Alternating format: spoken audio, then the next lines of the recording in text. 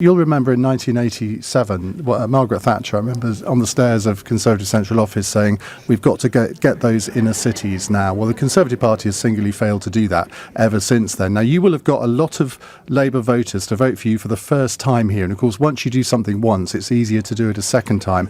How are you going to convince those lifelong Labour voters that they should stick with the Conservative Party after Brexit? I think the crucial thing, Ian, is to ensure that we deliver for them.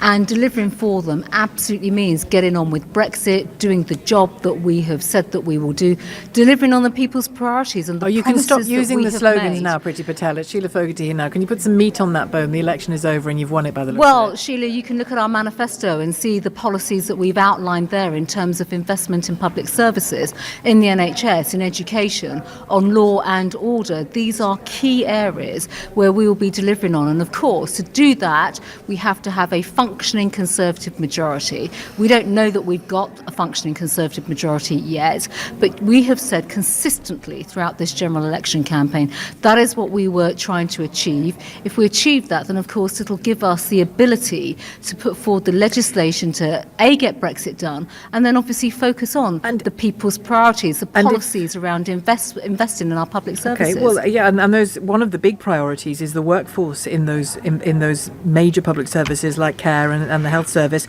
Will you use that majority, if indeed you have it, to change the language and the approach on immigration? Well, we've been very clear, and as you will know through the general election campaign, we will change our policy on immigration. We'll change our approach as well. We will have introduced but not your language. Well, to bring about change, first of all, Sheila, we will have to introduce legislation to change the entire immigration system. So I think that's the first point, and an important point to make. This isn't a cosmetic exercise. We have to have the legislation in place to take that through Parliament, to bring in a new system and a new approach to immigration. And as you all know, we've spoken very clearly, I have too, about bringing in a points-based immigration system where we focus on bringing talent, the brightest and the best, the people that can work in our country and support our economic growth and our labour market. And that is fundamentally a different approach that we are looking to take compared to, quite frankly, an immigration policy that is very much based upon legislation that dates back to the Immigration Act in the 1970s.